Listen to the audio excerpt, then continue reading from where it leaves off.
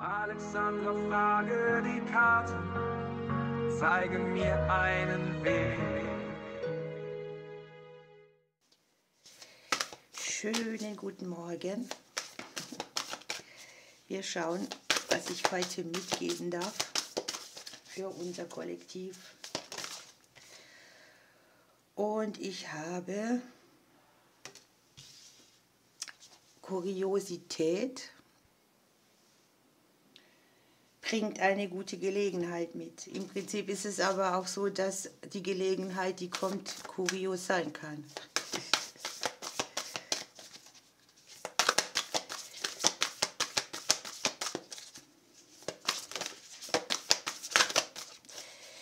Die Karten sind so wahnsinnig groß, dass meine Hände kaum drumherum passen. So, dann haben wir hier, dass wir resilienter werden, dass wir eine Erfahrung machen, dass wir stärker werden, dass wir eine ganz neue Perspektive einnehmen. Und es kann hier durch ein sehr kurioses Ereignis sein, das uns vor die Füße geworfen wird. Und wir können das gestern nicht mehr ändern, deshalb dürfen wir hier im Hier und Jetzt sein. Okay.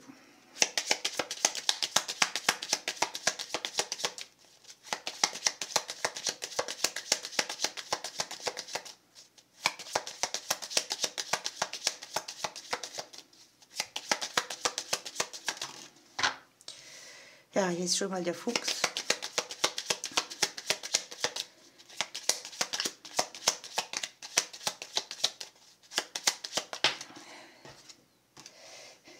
Hier wundert man sich vielleicht tatsächlich, welche Bewegung das Leben gerade aufnimmt. Oder wir haben es ja hier von kurios. Vielleicht ist es auch etwas Kurioses, was jemand sagt, was uns zunächst mal verwirrt. Und wo wir denken, hier zeigt sich ein Ungleichgewicht. Hier habe ich vielleicht so dieses Gefühl von, in allem, was mir gemangelt hat, kommt ein anderes Gerüst und es fühlt sich noch nicht gut an oder man fühlt sich noch nicht gut darauf auf diesem Gerüst. Und wenn wir von Resilienz sprechen und dann kommt der Bär, dann ist es für mich die gute Grundlage, seinen Weg so zu gehen, dass man im Vertrauen ist, dass man Größe hat, dass man stark ist. Ich habe ja auch dieses Gefühl, dass wir etwas hinter uns lassen, was uns nicht getragen hat. Und wir wundern uns vielleicht, warum wir es nicht schon früher so getan haben. Weil es immer wieder den gleichen Konflikt im Prinzip mitgebracht hat. Was hier sein kann, ist, dass wir über den beruflichen Bereich das gespiegelt kriegen. Vielleicht Konflikte mit Vorgesetzten oder an sich so Trigger aus der Vergangenheit oder Menschen der Vergangenheit. Und es geht hier tatsächlich sehr viel um Lebensblockaden. Wege, die das Leben einem schickt oder wo man so für sich denkt, Resilienz und Aufgabe im Leben, das Ding in einem großen Vertrauen zu meistern, das ist schon bezeichnend.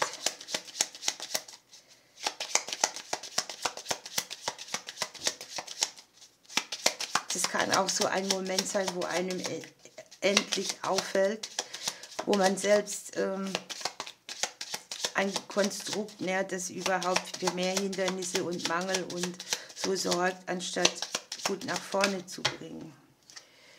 Wir haben uns selbst. Wir schauen in den Klee hinein.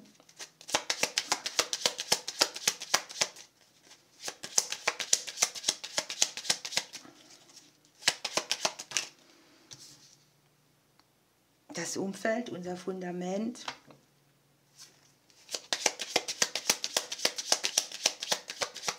Hier liegt das Glück vielleicht auch irgendwo ganz anders, als wir es bisher vermutet haben. Wir haben so das Außen und das Innen als Kuriosität hier auch mit dabei.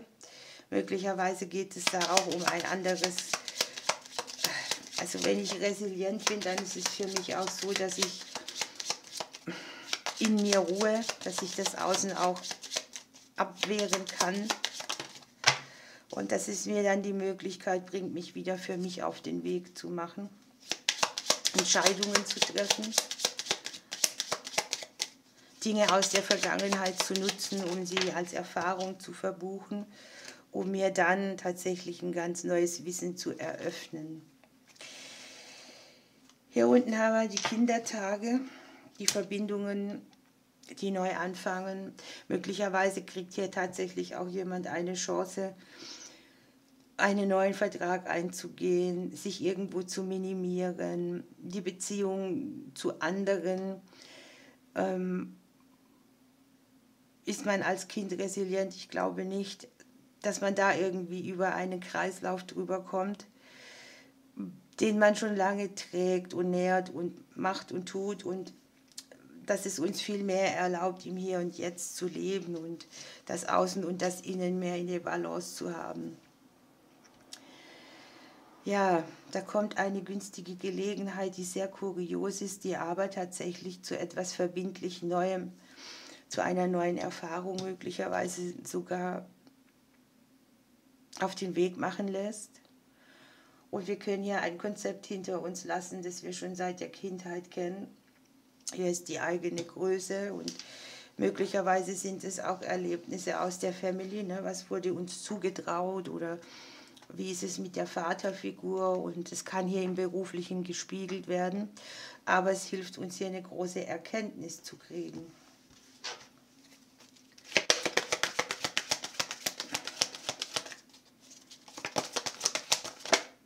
Entspanne dich, mach dir nicht so viele Sorgen. Auch das kann kurios sein, dass man erkennt, man hat sich Gedanken gemacht und hier liegt die Lösung schon vor den Füßen. Wir haben die Veränderung, hier sind die Wege und es gibt positive Veränderungen, die auf uns zukommen, sagt die Karte. Und es ist gut zu wissen und klar zu entscheiden, was man wirklich selber will. Ich meine, wenn hier eine Gelegenheit kommt, die wir am Schopfe packen können und wo wir resilient genug sind, das gestern hinter uns zu lassen, dann muss man eben auf dem Weg, den man nach vorne geht, genau fokussieren und wählen, wo sieht man sich, wo möchte man sein, was ist das Ziel.